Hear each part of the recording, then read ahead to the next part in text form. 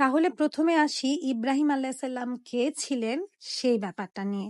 ইব্রাহিম আলাইসাল্লামকে অনেক সময় প্রফেটসদের নবীদের পিতা বলা হয়। উনার পরে যত নবী এসেছেন তাদের পিতা। এমন না যে জাতির পিতা, আমরা সবাই জানি আমাদের মুসলিম জাতির পিতা হলো আদম আলাহিসাল্লাম। কিন্তু ইব্রাহিম আলাহিসাল্লাম আসার পরে, উনি জন্ম নেওয়ার পরে যতজন প্রফেটস এসেছেন সবার পিতা হিসাবে ইব্রাহিম আলাহিসাল্লামকে অ্যাড্রেস করা হয়। ইব্রাহিম আল্লাহ সাল্লামকে বলা হতো খলিলুল্লাহ। খলিলুল্লাহ শব্দের অর্থ হলো আল্লাহ সুবহানাহু ওয়া তাআলার বন্ধু, আমাদের সৃষ্টিকর্তার বন্ধু। তাই ইব্রাহিম আল্লাহ সাল্লামকে খুব ফেমাসলি সবাই বলে থাকে খলিলুল্লাহ। এবং ইব্রাহিম আল্লাহ সাল্লামের আরো কিন্তু অনেক গুরুত্ব আছে। উনাকে নিয়ে আমাদের ইসলামিক অনেক ফেমাস অনেক রকমের ঘটনা আছে। যেমন ইব্রাহিম আল্লাহ সাল্লামকে আগুনে ফেলে দেওয়া হয়েছিল এবং আগুনে ফেলে দিয়েছিলেন উনারই বাবা। এই জন্য ইব্রাহিম আল্লাহ সাল্লামের এই আগুন